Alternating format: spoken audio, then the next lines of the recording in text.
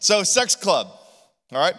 If you know nothing else but those two words, you're probably confused. I think Stocky wanted to come dressed like he's going to the club, all right? Some of you are confused. It's okay. We're going to clear that up right now, all right? Sex club, listen, here's the idea. Here's my thought process. I actually came up with this series a while back, and I just didn't know when we'd ever get to it, and it just so happened that it made sense to come into it right now. And so the idea was this. It wasn't trying to start a sex club. That would be totally counterproductive to anything we ever do here and who we are and all of the above. However, what I was thinking about ultimately, and I'm gonna unpack this for you tonight, but sex is an incredible gift that God has given just to his children, mankind. All right? But what Satan does is he takes gifts. He takes, by the way, all the good gifts. You ever notice that? He doesn't tempt you. He doesn't tempt you like, put your hand on the stove burner and see how it feels. You're going to be tempted. No, he doesn't do that. He takes good things and he twists them and he turns them and he flips them upside down and he uses them against us. And what I'm noticing in our culture today is he's taken the category of sex, which have a ton of subcategories we're going to look at, but he's taken that and he is beating us over the head with the very gift that God has given us. So he's taken the gift of sex, he's turned it into a club, and he is literally pulverizing us on a daily basis through culture, even in the church. And so that was rattling in my head, just thinking like, man, we need to talk about that. Now, don't get me wrong, there's been sex series before. I'm not going to unpack some new thing you've never heard in all of your life. Maybe that might happen, that's great. But the idea is these are topics we got to talk about. Things we got to look at, things that are important, okay? So let's think about this. Think about what he's doing, okay? Now, Satan has been deceiving us from the very beginning. Do y'all remember the garden? We're actually going to go back to the garden for a brief bit. But actually in 2 Corinthians 11:3, and by the way, I'm going to be all over the place, so you better take good notes, all right? 2 Corinthians 11:3 says this, but I am afraid that as the serpent deceived Eve by his cunning, your thoughts will be led astray from a sincere and pure devotion to Christ. Does that not sound right? So in the very beginning, in the garden, we know that Satan attempted Eve and Eve fell and now the whole world's paid the price. But the truth is, what happened there is still happening today. What does he do? He takes the good things, he twists them, he turns them, and he deceives us to think that something that was once good is either now bad, or he changes how God intended for it to be used so that he can use it for his benefit. And what is his benefit? To give you pleasure? No, to bring you destruction. Please don't miss that. Satan could care less about your happiness, about your joy, about your future. The only thing he wants to do is cause destruction in your life and in my life, and by doing that in our lives, by doing it to the whole world. That is who he is. Now, will he package it in a way that you're like, whoa, that sounds like a good idea, like I'm interested? Of course, because he's a deceiver. But there is nothing good coming out of him, and you need to note that today. Now, what I want to do is I want to take a look at this idea of Satan beating us over the head, and I want to try to begin the process of unpacking it. Now, I think there's kind of three main things that are happening right now. He's beating us, one, with culture. What culture's done is says, hey, this is what we do, so this is what you should do. You notice that? All right? All of a sudden, we think homosexuality is normal, and it better be normal for you. And if you got a problem with that, I'll fill in the blank of all the things you're going to be called for standing for something that you believe in. Okay? Now, that's just one small example. Don't worry, we'll get to that topic later on. But he does it with everything. And so as culture unites together, right? Let's fight for all of these things. What's happening is he's telling everyone else that this is how it's supposed to be. And culture is the one dictating it. Not God, not his word, not even God's people. It's what Satan is doing through other folks. So culture is problem number one. Problem number two, you ready for this? I got a whole list. That's not even into the points yet. Just get ready. Problem number two is he's using curiosity. Curiosity. What started back in grade school? They sat you down and they said, what? Hey, we're going to have the sex talk. Hopefully your parents did it the night before. We sent them a letter, right? I mean, it's time. Your parents aren't doing it, so we're going to take care. And some bozo stood up there and tried to teach you about, and all they did was make you even more aware of things that either you already knew or didn't know and now do. They helped you to discover things. I'm just be honest here because it's real life, right? Here's a condom. People are, didn't know what that was. Now I know. What do you use that for? And now so we got all these questions. And so curiosity is now plugged in. Now we could go on and on and on. Let's talk about pornography for a minute. That'll be a topic in itself later on. Okay, curiosity. You start playing with it, start messing with it, start looking at it. It grows and grows because sin grows. Write that down. Sin grows. That's not profound. That's just truth. Sin grows. It grows. You start looking at this and you start looking at this and you start looking, and all of a sudden, next thing you know, you're looking at stuff you never thought would ever cross your mind, but because the desire of sin is always for more, you find yourself looking at things, doing things, and now you're even tempted to start going places. Now you're acting on what was once thoughts, now becomes reality. And all of a sudden, curiosity, what just started with a little click or a little picture, has turned into a disaster. So we have curiosity, and then we have confusion. And we are confused, people.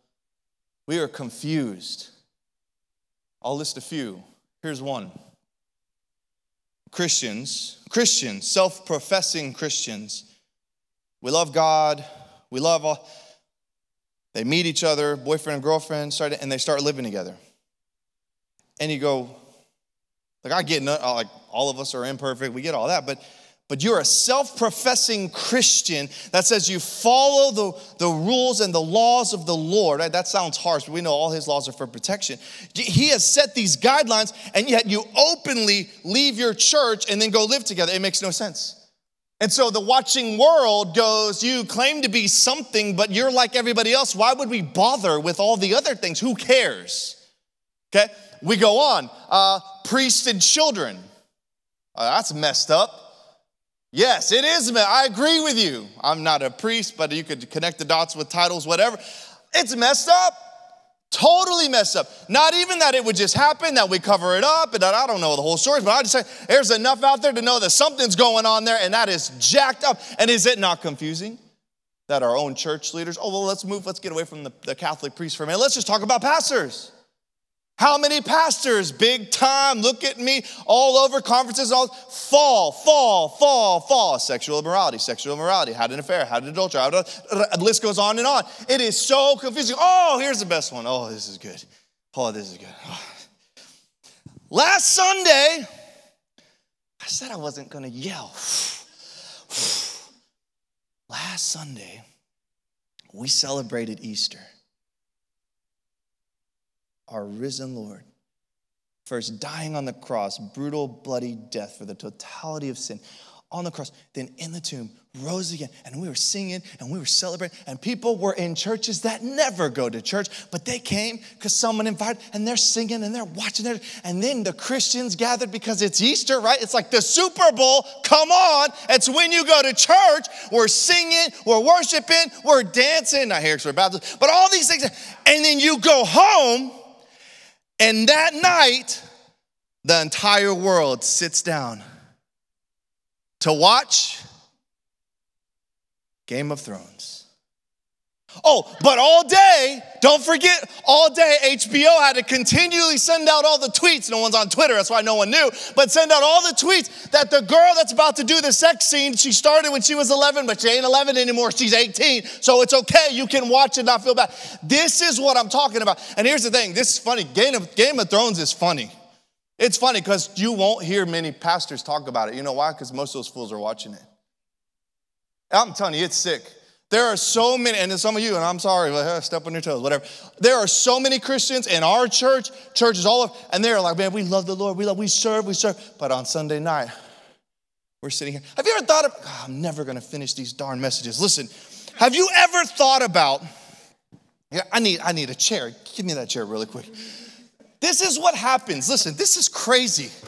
No other time in history would we ever do this. You sit down, and I do it too, not Game of Thrones, I promise you that. I had to really do my research because I didn't want to say something that wasn't right because I don't watch it. Regardless of the category, watch this. We sit in a chair and we invite a man or a woman or a group of people to either come into our living room and either sit down in front of us or lay down in front of us and have sex, or to stand in front of us and just kill each other. We invite them into our home, and we sit down and go, y'all murder each other. This is going to be good. And we're eating chili con queso popcorn as we're enjoying the show. Have you ever thought about this? Now, listen, I am trying to beat you over the head, but I'm beating myself up too, because I like action movies. I like love, but it just doesn't entertain me as much as someone getting shot. That's just the truth. But as I think about this, I go, this is messed up. That we would say, come into my living room, come in with my wife or my friends, and let us entertain ourselves by nothing but sin. So my point is this. I wasn't trying to really beat you up too much, but think about this. Is that not confusing? New person came to church on Sunday. They received Christ. They're just, the world's been rocked. Found out what Christ did for them on the cross, that he died for all their sin to be removed. And then they got invited to come watch Game of Thrones that night, and they're watching an 18-year-old strip down and have sex. I mean, it's confusing. It's confusing. And so when I say sex club, please hear me, this isn't some thing to just grab attention. It is the truth that this is what Satan is doing, beating us over the head. And he's using these areas to do it. Now, here's the church. Here's one thing about the church. So normally what we do is, was someone sitting there? Because they're going to come back and not have a, she left? Okay, I scared her, sorry. Didn't even get through the intro. It's a bad day. Here's what the church does, though. Most of the time, okay, that little, whatever you want to call that, rant, rave, whatever that was, that's all they do. Rip, rip, rip. Don't do this, don't do that, don't do this, don't do that. And they're not wrong. They're laying framework for you. But we stop at that. And over the years, what's happened is now we look at sex as like some taboo thing. Like don't talk about, no, that's nasty, that's disgusting. No, you don't mess with that until you get married, then do it with the one you love for the rest of your life. All right? It's so confusing too. It makes no sense. All I hear is no, what you can't do, what you got to watch out for. And don't get me wrong, all those things are true. You're going to hear some of that as we go forward. But what I'm saying is we have to be sure we articulate these people, the men and women that are standing up on behalf of the Lord with his word, have to be sure we articulate the whole story, because here's the thing. Sex is a gift from God. And tonight, you ready for this? Even though that whole thing could have been a little sermon right there and you all just feel beat up and leave, it's going to be all positive. For the rest of the night, I'm going to try my best. Because I want to show you that this is a gift from God. And so tonight is all about why God made sex, what it's for, how, all of these things. This is going to be good. So I hope you have your notes, and we're going to get finished quickly, sort of. Here's number one. God made sex. Profound statements all night long. Minds are going to be blown. God made sex. Now, I told you, in case you wonder or you doubt, I'm going to have scripture for everything I talk about. Genesis 1:28. I would not recommend trying to flip around unless you are just a Bible scholar, because we're going to be all over. Genesis 1:28. And God blessed them, Adam and Eve. God blessed them, and God said to them, ready for this? Be fruitful and multiply and fill the earth. So I know some of you need translation, theological. Fruitful and multiply means this. Have sex, a lot of it. Now some of you are like, okay, now you're just playing up there. It doesn't say a lot of it. No, listen, it says be fruitful and multiply. It didn't even say add. Didn't even say plus one. It said multiply. Oh, and it says fill the earth. Now I don't know about you, but I'm not filling the earth with just one kid. Now we've got two, we're done, no more after that. But what God is saying is, listen, first, I made this. This is in the very beginning, in the garden, before sin ever entered into the world. God says, I am giving you this gift, and it's got a purpose. I want you to make babies. Do not leave until I finish this message. I got to connect all the dots, okay? Some of you are like, I love this place. Let's go. Now listen, God gives a command, though. Be fruitful, multiply, fill the earth. That's a command. If God gives a command, you got to believe he's going to give you a way to fulfill the command. Okay, that's not to be funny. That's just serious. He's going to give you a way to fulfill the command that he's laid in front of you. His command here is to multiply, to be fruitful. Therefore, listen, God gave you and I the desire to have sex. It's a gift. Because listen, if he didn't give you the desire, none of us would have sex. Do you know what happens when you have sex? Let me tell you something. I'm going to teach you guys a lot. You have a kid. When you have a kid, this is what happens. You have less hair. You are stressed out. Now, there are joy. Don't get me wrong. I love them to death. But there are moments I was like, what was I thinking? I was so much. I had time. I had money. All these things. Listen, so God, then you get married and you go, I loved you when we were in the infatuation stage, and now you're driving me crazy. Every day, we're just fighting over these. So what you got to understand is God understood what he was doing when he put these desires inside of us. It is all part of the big picture process. So let's keep going. Number 2, sex is good. Genesis 1:31, and God saw everything that he had made, and behold, it was very good. And there was evening and there was morning the 6th day. So in the 6th day, God looks at everything he had created, and what does he say? It is good. I don't know how clear we can be about that. Now you may go, now wait a minute, that was just the 6 days of creation. So how do we know, how do we know he was talking about just sex? Maybe he was just talking about, well, remember what happens just after the creation story. God goes back into the story and he unpacks the creation of man and woman. You remember that?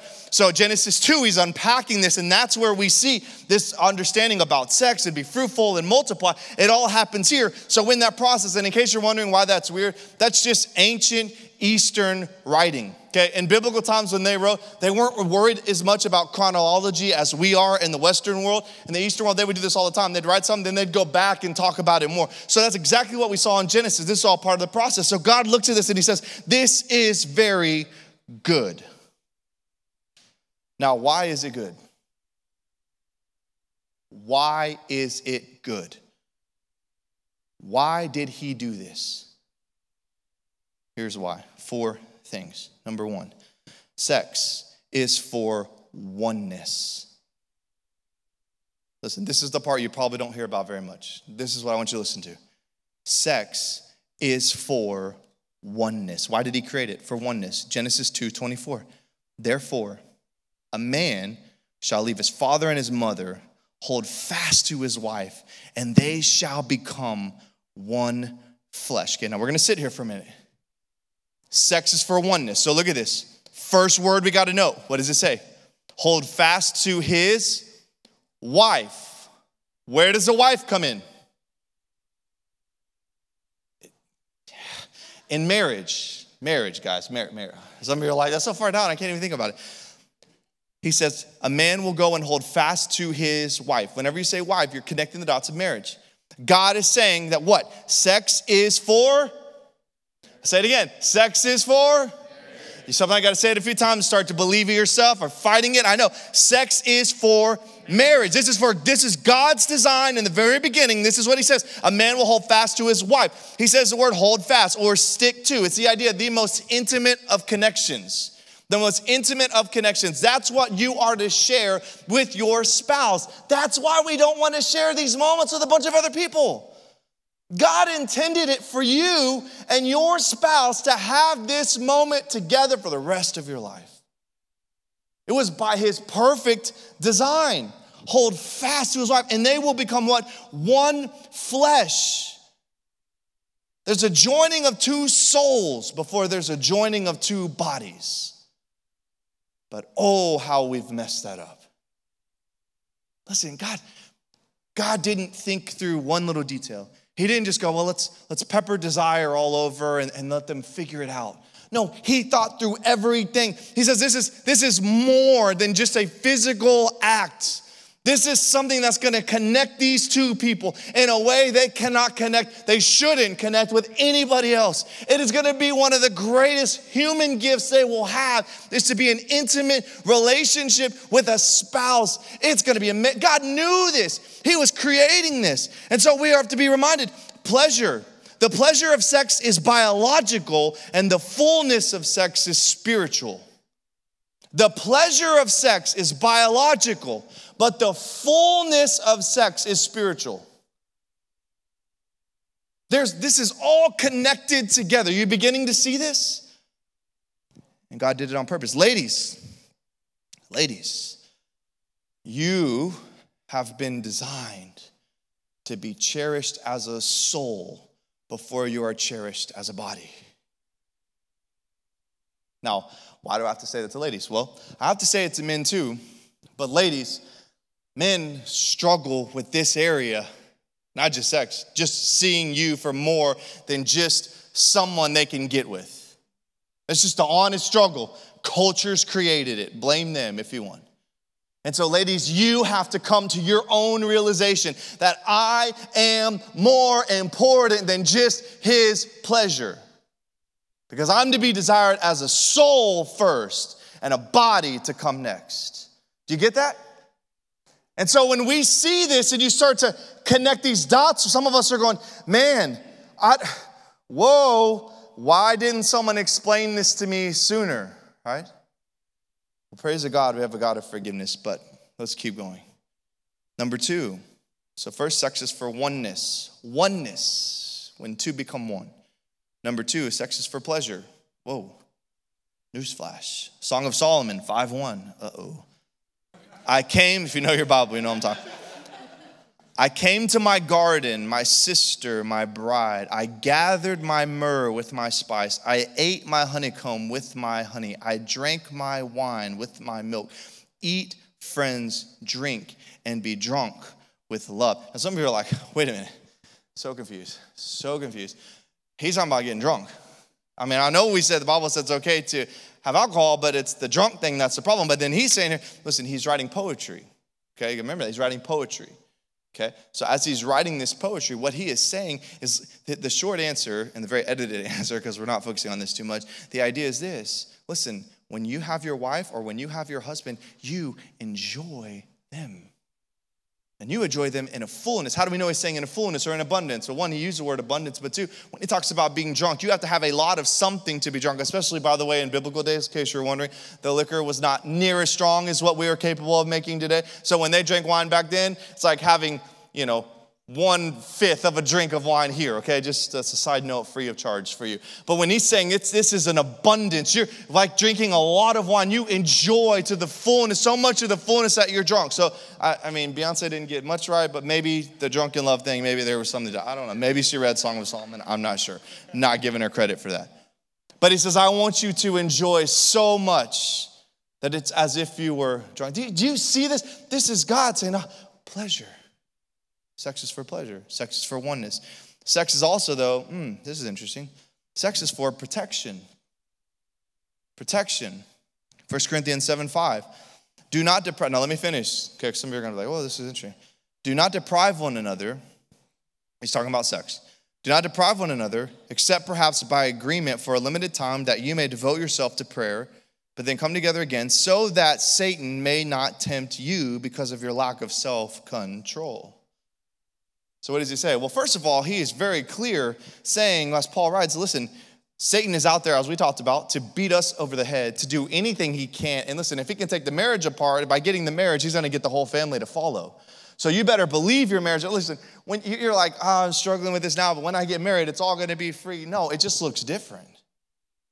The struggles are still there, especially if you didn't take care of it when you were a single. The struggles are still there. The impact is worse. That's the difference. And so God, through Paul, says, listen, I want you to be prepared. I'm giving you marriage. I'm giving you sex for many things, but one of them is for protection. You enjoy each other, but you make sure you're enjoying each other in a way that you are satisfying each other so that they're not looking elsewhere. It's pure protection. But then he says something interesting, and I just want to clarify because you may not ever hear about this again. He says, but don't deprive each other except perhaps by agreement. And the idea here is that, listen, when something drastic happens in your family, like maybe there's a death in the family, or maybe there's a major issue in life that you need to pray about, a decision to move to a new location or to take a job or leave a job. What he's saying is you may put all of this, including sex, on hold, almost in the form of fasting, so that you might seek the Lord without distraction. But when you come to that conclusion, immediately come back together, because marriage is made to be enjoyed between a husband and wife, and that is through sex. But it's very clear here. There may be a moment, a time, but what's the deal? Both in agreement for a limited time and to pray and seek God. Otherwise, here's what he's saying to the married people: have sex and enjoy each other, because it's my gift to you. And be sure you use it to protect each other from the temptation of the enemy who would love nothing more than to bring your marriage to the ground. And just in case, for those of you that are like, well, he said for married people, but we're struggling, so why don't we protect each other? Doesn't work. It doesn't work. Only in marriage, listen, only in marriage is this protection valid. Otherwise, when you stumble here as single people, here's what you're doing. You're preparing yourself to be weak in the future. Okay? So ladies, listen. If you're with a guy, and now, it's always weird when a guy says this, okay? We know that guys struggle with sex. If you didn't know that, you need to really write this down and bolden it, okay? Guys struggle with sex is just the way human nature is wired. But just because guys struggle more with sex doesn't mean they have an excuse. That's honest truth, okay? But here's the thing. Knowing that he's going to struggle, okay, you got to be extra careful with your environment, what you're doing, who you're with, how they operate. But here's the thing. If he can't seem to control himself with you, that leads really big red flags for down the road when he all of a sudden gets a job that's forcing him to travel all over without you. And he's supposed to stay strong, but he couldn't stay strong with you, okay? So be careful. I'm not saying you need to dump the fool tonight. You might, I don't know. But you need to really think about that because the truth is, in life, the temptations aren't going to stop. They're just going to look different. And so in your single days, listen, this isn't the time for us to find cop-outs. It's a chance for us to develop strength, courage, force, and dependency on God to be able to stand firm in this area. Very, very important. So he says it's for protection. And then finally, the last why here is for, this is a new one, procreation. For kids. For kids. God bless him, and he said what? Be fruitful and multiply. Now here's something, this is interesting. God did this at first. God did the creating, remember? Adam and Eve, right? Created Adam, right? Out of the ground, out of nothing. Guys, we're out of dirt. Congratulations. Yes, great. And then he made woman's beautiful picture, and he brings Eve down just like you're at a wedding, and he walks down the aisle, and he brings Eve, and Adam's like so excited. He's writing poetry, right? Guys, you should practice that for your wedding day. And here comes Eve coming down the aisle, and he gives her to him, and he has made a man and a woman and gives them marriage, and then he hands the baton to them and says, now you get to be part of the creation process. This is incredible. This is incredible. How many of you have a little brother or sister, or maybe an aunt or uncle that's had a baby? You've been a part of a baby process watching, in the waiting room, but saw the baby come to life and isn't it amazing? It's amazing. Unbelievable that God would allow us to be part of that. What a gift. And so he gives it to us for procreation. Now, here's how we'll bring this home. We see all this good, right? We see the intention. We see the detail that God is spending. But here's our problem. We still misuse and abuse it. And even things made by God for our good can be misused and abused. That's what the next however many weeks it takes us to finish is going to be about. It's not about beating you over the head. I did that once, and I'll try really not to do that again.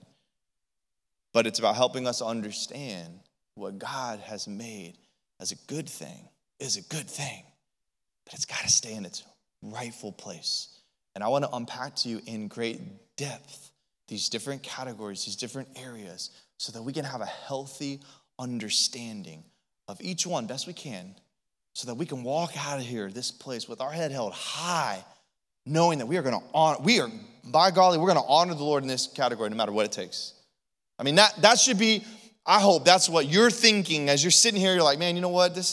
I hope, even just a glimpse of all that God has put into this. This isn't just some desire thing. This is such great intention. He thought through every detail. I want to honor him. I hope that's what you're thinking. Why? So people pat you on the back? No, trust me, no one will pat you on the back. Most of the people, when you get out of here that you know outside of this place, will be like, you're weird. You're weird. I've done quite a few weddings where the couples chose to fight the good fight and avoid living together and sleeping together. And it's so interesting to see the families, even on the wedding day, giving them a hard time. Why did y'all go through all that torture and having 2 places to live and all the money you wasted? And they can't even try to see the value. And my hope and prayer is not to condemn anyone, but to help you see that other side, that you might realize why. And listen, if you can see even a glimpse of the detail God has put into this area and the beauty of it, I think you're going to be able to see the beauty in these other areas. That's my hope. So we have to be careful because we misuse and abuse it. So my goal tonight was to just show you that sex is a gift. It's a good thing. It's to be enjoyed inside of marriage, okay?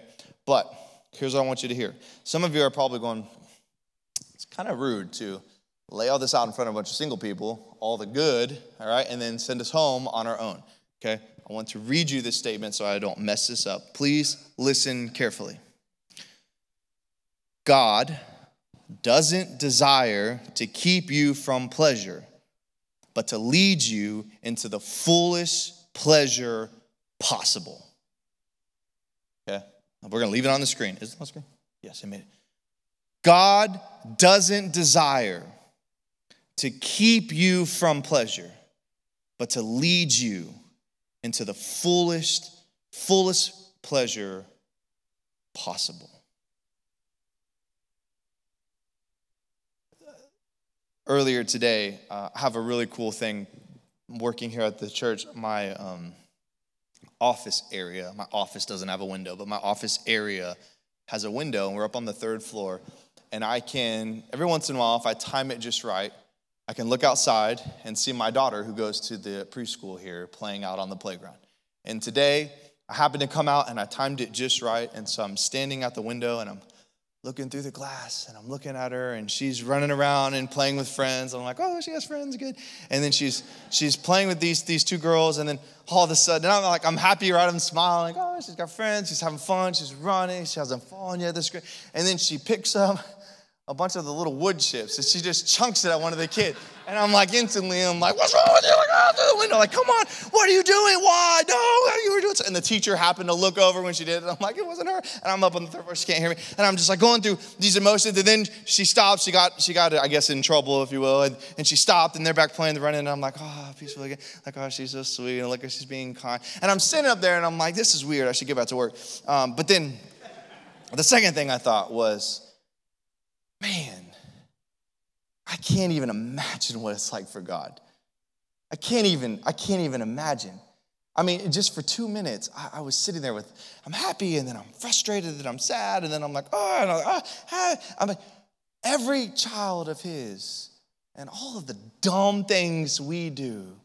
I mean, and he's just going, oh my goodness. I don't think he actually looks at this, but we're going to exaggerate from just looking at us like, there's so much going on. Oh, look at this one over. Man, she is struggling so much, and his heart breaks, right? And I want to be clear. I'm not picturing a distant God here. I want you to just use the story to help us get a grasp of this moment. God is not distant. He's with you all the time if you're a believer in Christ. Please don't miss that. But I just think about what that's got to be like. And he's looking down on his children, and he's just saying, man, gosh, they're hurting. They're confused. They're curious. I want to leave them something to help them. So he sent Jesus years ago to pave the way for us so that we would have a model to follow. Then he took a step further and culminated these situations in our history, right? We say stories, and sometimes stories sound like make-believe. This is our history. And he compiles it all together in this book, and he says, I'm going to leave this for you because I want you to know what to do and how to do it and where to go and when to go. And so this loving God looks down and says, gosh, I know you're hurting. I know you're confused, but if you will trust me, trust my promises, and we sang about earlier, I have left you away. And if you trust me, hear this. Know that my plan, though at times when you look at it, may not look better than other things you see and experience in culture, but I promise you, if you will trust me through the end, my plan is better. And I just want you to hear that tonight. As you leave, I just want you to be thinking about that tonight. That, man, God loves me. God isn't keeping something from me. He is helping me to experience the fullness of what that is. And if you believe God is as good as he is, Trust me, anything he promises to us, it is worth the wait.